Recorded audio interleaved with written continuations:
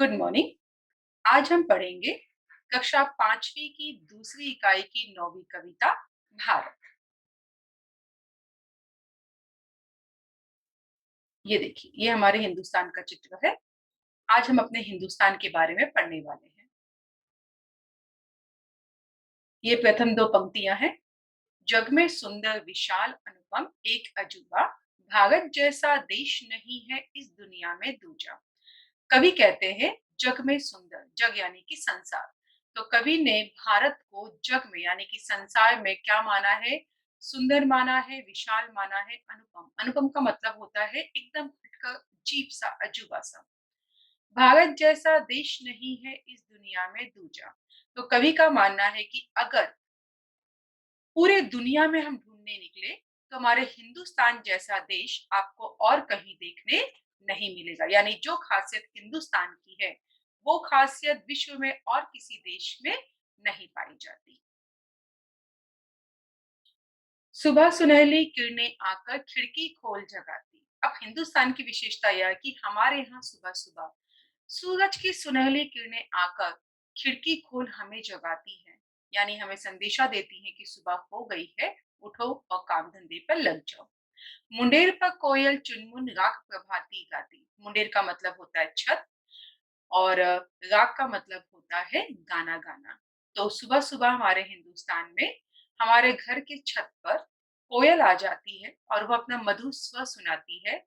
मानो अपना मधुर स्वर सुनाकर वो लोगों को गुड मॉर्निंग कह रही है और कह रही है कि भाई उठ जाओ, सुबह हो गई है।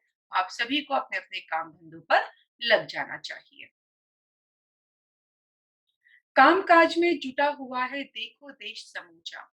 अब कहते हैं कि जैसे ही सुबह हो जाती है, कोयल अपना राग गा देती है, सूर्य की सुनहली किरणें आकर हमें जगा देती है, तो हम हिंदुस्तानी अपने काम धंधे पर लग जाते हैं। चाहे छोटा इंसान हो, चाहे कोई बड़ा काम करने वाला इंसान हो, हर कोई अपने अपने काम धंधे पर लग जाता है।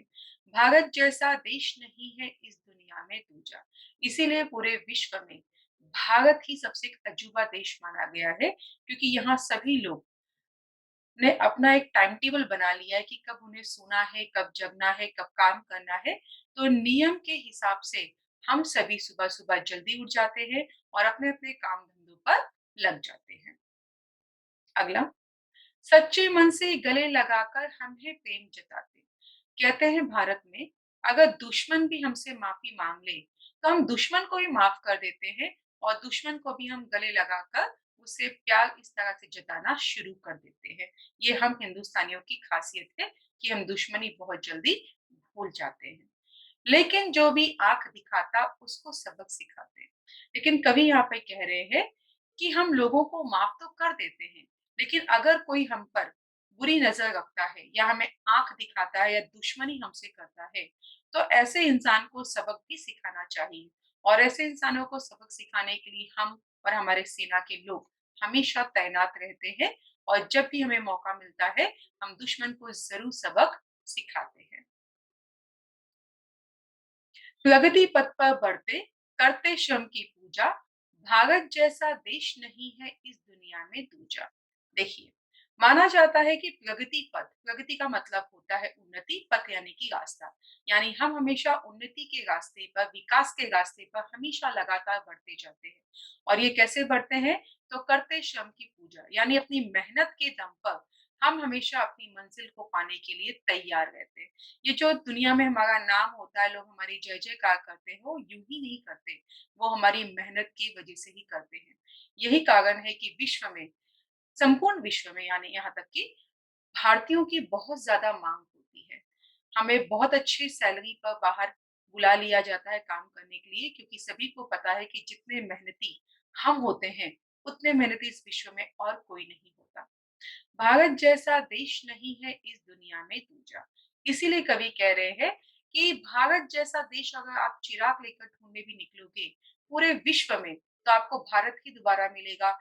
ऐसा देश, ऐसा महान देश आपको विश्व में और कहीं देखने नहीं मिलेगा।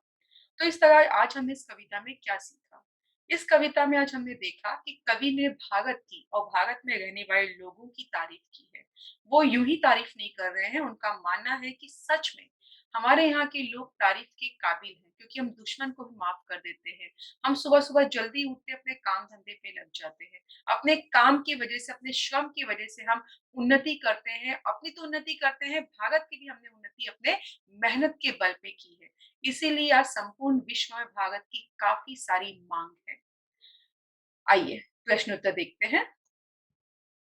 आकृति वाला आपका पहला प्रश्न है, इसे सुंदर देश कहा गया है। आपका उत्तर है भारत। दूसरा, मुंडे पर यह बैठी है। इसका उत्तर है कोयल।